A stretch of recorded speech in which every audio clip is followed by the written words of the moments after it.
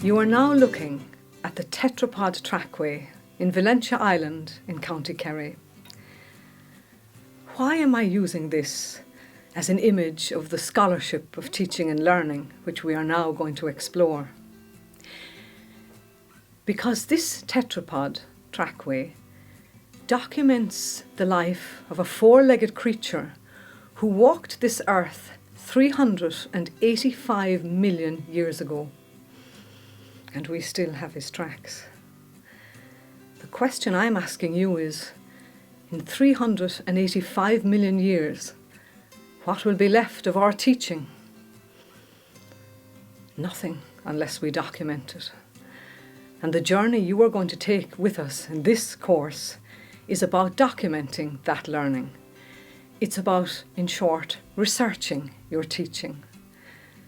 As you see when we look at the picture, we can still see the tracks of the tetrapod.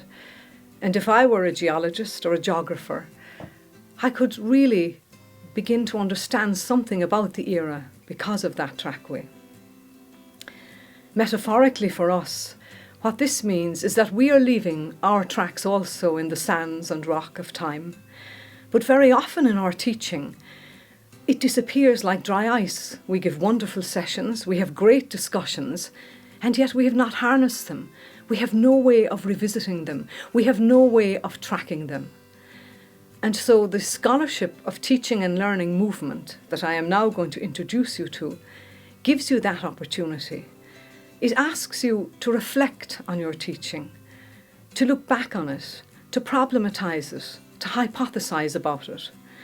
So perhaps also the glint of light you see in the trackway is another way of talking about reflection.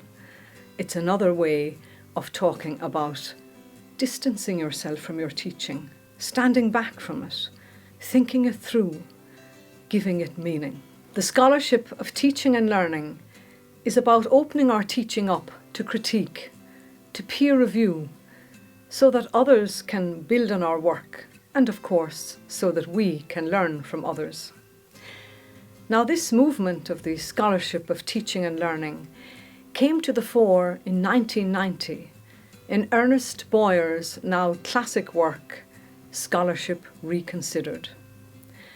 Boyer, who was then president of the Carnegie Foundation, and his colleagues at Carnegie were very worried about the way in which there seemed to be a split between research and teaching. Very often indeed, when someone got a research grant, they bought themselves out of their teaching. Hence, all of the money, as it were, went to research, while teaching was seen as the poor relation, as the Cinderella. Indeed, very often, as an act of remediation and of training, something anyone could do. Boyer and his colleagues in that book set out to prove that that was not the case. And in order to do so, they left the word research, which indeed has only come into being in the 19th century, and went back to the Middle Ages to the much more rich, nuanced and creative term, scholarship.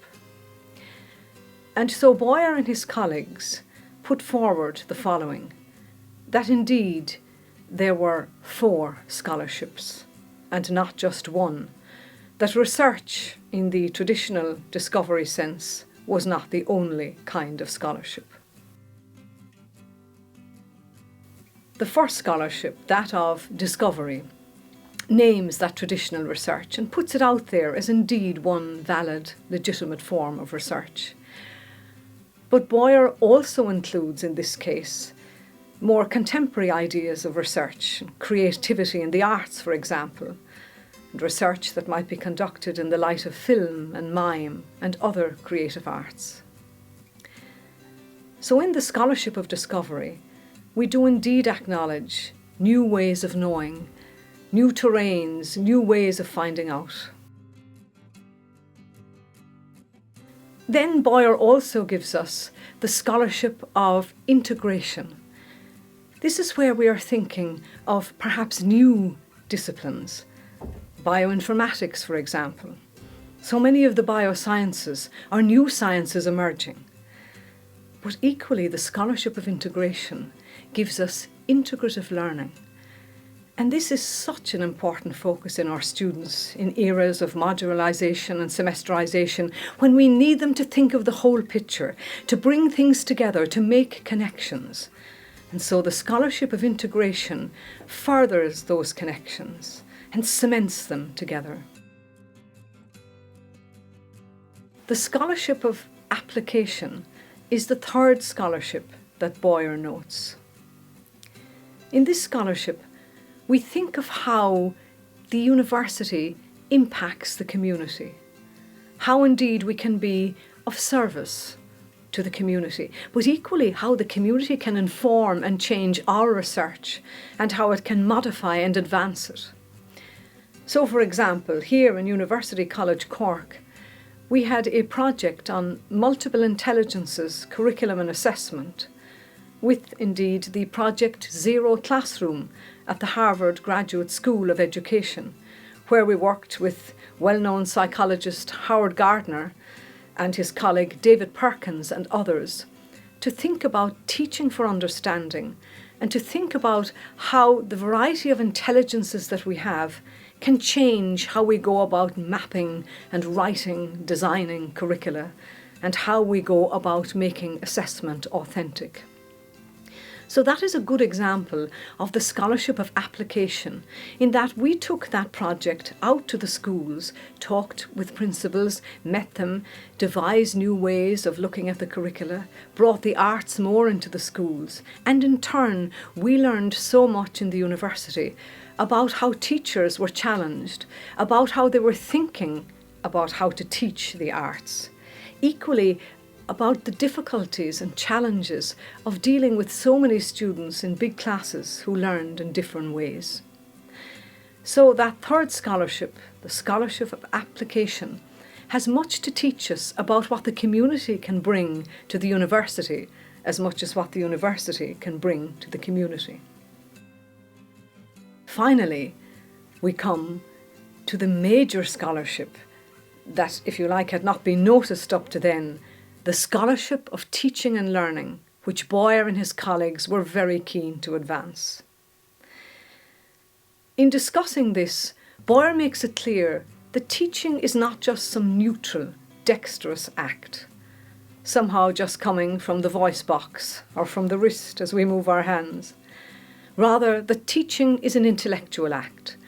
It is the same rigour as has our research in other areas. We problematise, we hypothesise, what if I teach the course this way? How do I know what my students know and understand? So this questioning, this interrogative approach is equally present in our teaching as it is in our research. And so Boyer and his colleagues for the first time named our teaching as research, giving parity of esteem to teaching and research. In this course, this is literally the trackway that we are going to follow. We see our teaching as research and as researchable. And as well, it is very important to point out that teaching and learning belongs to all of us, to all of you, and is not just the preserve of educationalists. And so hence we can all go public with our teaching and build it as research, and indeed that will be one of the functions of the discussion boards in this course, that you will get to know each other, that you will name the parts of your teaching together, that you will share together and ask questions and think things through and hypothesise again about your teaching and your students' learning. So that fourth scholarship, the scholarship of teaching and learning, brings indeed the notion of research to our teaching, which will now be our way forward in this course.